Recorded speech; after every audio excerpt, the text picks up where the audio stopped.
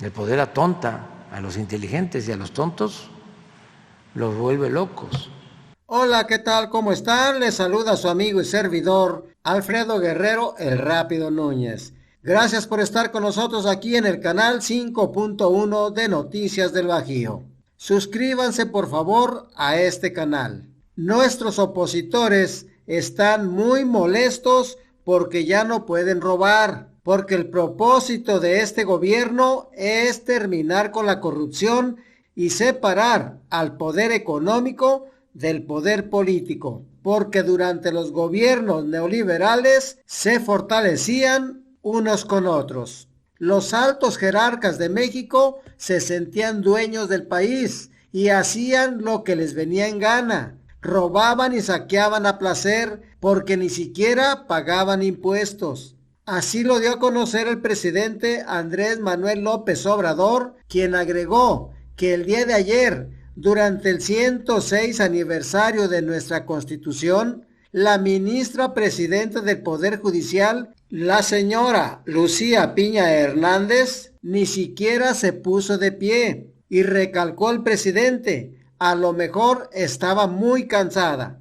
Esto me da gusto, dijo el presidente, porque se ve claramente que estamos realizando un cambio muy importante en nuestro país. Están muy molestos porque ya no pueden robar, ya no tienen privilegios, ya no mandan.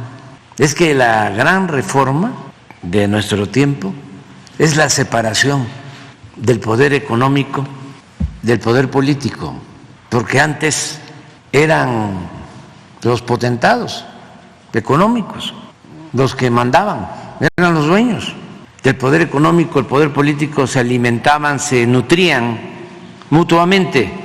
Ayer hablábamos de eso, recordando la Constitución del 17, cómo en el periodo de 36 años de política neoliberal se modificó la Constitución hasta llegar a ser prácticamente una norma máxima, una ley suprema para llevar a cabo las políticas porfiristas. Durante estos 36 años se legalizó con reformas constitucionales el saqueo en nuestro país. Increíble.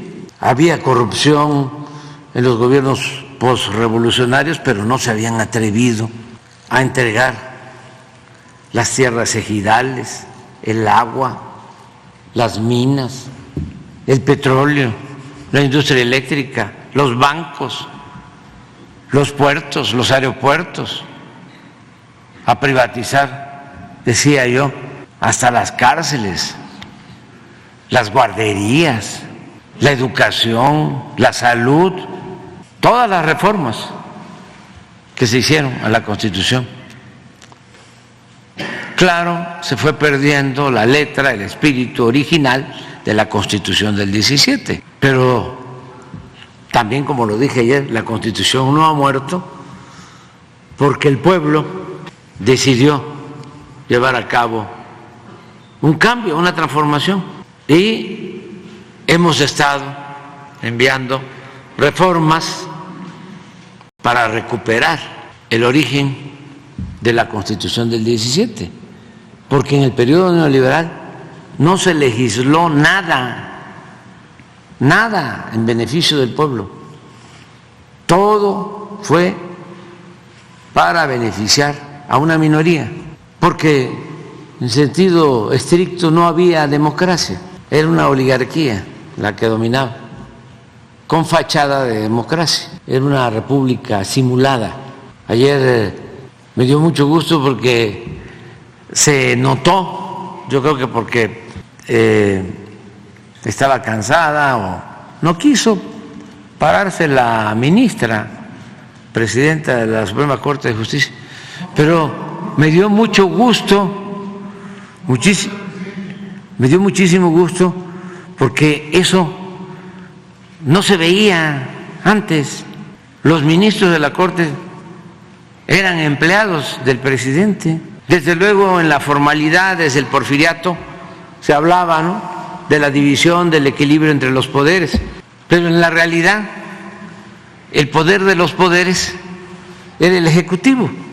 ¿Cuándo se había visto de que se quedara sentado presidente de la Corte en un acto así?